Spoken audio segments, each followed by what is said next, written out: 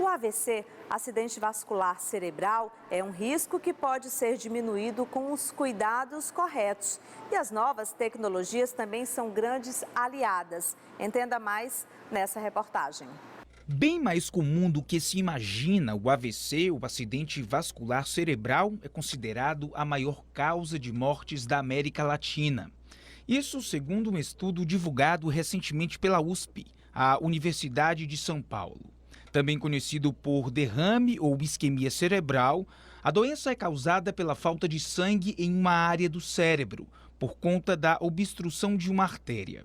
O neurocirurgião Ricardo Lopes explica melhor sobre esse problema que afeta tanto a saúde. O AVC isquêmico e o AVC hemorrágico, os dois tipos de acidente vascular cerebral, que é o famoso derrame, em termos populares, é a doença mais prevalente e hoje é a que representa a maior morbimortalidade em relação dos adultos e idosos em relação a todos os outros pacientes nos dias atuais.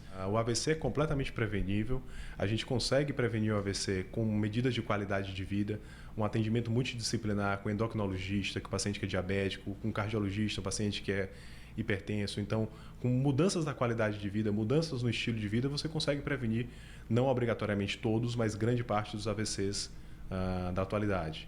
E mesmo aqueles pacientes que possam evoluir com AVC, existem alguns hospitais os quais a gente consegue, mesmo nos pacientes que têm AVC grave, se ele chegar em um tempo adequado dentro do hospital, a gente consegue reverter o paciente, ele não ter nenhum déficit ou nenhum piora de movimento ou piora de fala, isso se ele chegar em tempo adequado no hospital. De acordo com os especialistas, não é possível especificar quais sequelas a pessoa que sofre um derrame terá. Tudo depende do tipo de lesão, da extensão e da área do cérebro afetada. Entre os danos mais comuns estão alterações na fala, perda de memória, falta de sensibilidade e alterações motoras.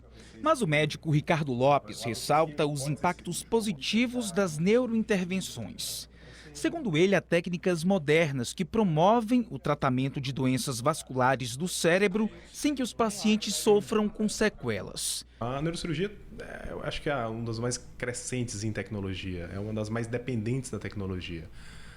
Conseguimos, por exemplo, operar pacientes acordados, sem absolutamente ter dor nenhuma para o paciente. Conseguimos fazer craniotomias, retirar tumores cerebrais em áreas da fala, com o paciente conversando comigo durante a cirurgia. Então, por exemplo, a gente anestesia inicialmente localmente, o paciente fica completamente sem intubação. Esse paciente é submetido a alguns testes durante a cirurgia. Por exemplo, a gente pede para ele nomear frases, falar o nome. Enquanto isso, a gente está retirando o tumor importantíssimo na área da fala do paciente.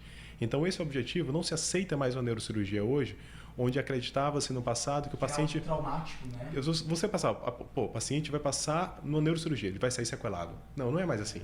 A gente não aceita um paciente sequelado. A gente não aceita mais um paciente entrar numa cirurgia nossa falando e ele saia da cirurgia sem falar ou sem mexer um lado do corpo. Quando isso for evitável, lógico. Mas isso é possível com o neuronavegador, que basicamente é um GPS cerebral. A gente consegue, com uma pequena marcador, uma pequena agulhinha, dizer em que área do cérebro a gente está mexendo. A gente consegue, por exemplo, manter esse paciente acordado e estimular ele com a fonoaudióloga junto com a gente na sala. Então a gente explica para esse paciente o que está acontecendo, ele fala durante a cirurgia, a gente entende o que ele está falando e a partir do momento que a gente resseca um tumor numa área da fala importante, porém aquela área da fala é a área da fala, o paciente para de falar durante a cirurgia e a gente, aí é onde a gente tem que parar. É importante considerar que a melhor escolha terapêutica entre as modalidades cirúrgicas ou endovasculares, tanto para casos de AVC ou aneurisma cerebral, deverá ser analisada pelo médico especialista. Os estudos avançam no mundo e os pesquisadores, como o Dr. Ricardo Lopes, são referências no Piauí, no Brasil e no planeta, quando o assunto é neurocirurgia. Eu fiz neurocirurgia em São Paulo, depois eu tive um tempo nos Estados Unidos, depois, enfim, fui para a Finlândia. E esse tempo nos Estados Unidos me fez a oportunidade de ser pesquisador da Universidade de Cornell, que é uma Ivy League nos Estados Unidos. Então, a Universidade de Cornell nos deu a oportunidade de organizar esse curso, que já estamos indo para a 8ª edição, não parece ser um negócio tão recente. E essa 8ª edição a gente já levou atualmente 83 brasileiros e agora expandiu, já temos latino-americanos nas turmas, e onde a gente explica e ensina neurocirurgia em acessos minimamente invasivos em cadáveres, que isso não conseguimos fazer, infelizmente, no Brasil.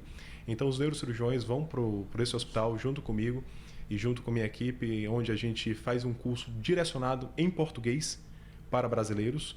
E são 3 dias de treinamento intenso, que vai de 7 da manhã às 6 da tarde, somente em imersão em neurocirurgia, em acesso à base do crânio e em imersão em acessos usuais, para que o neurocirurgião saia de lá com a segurança de fazer os acessos mais difíceis, treinando em cadáver.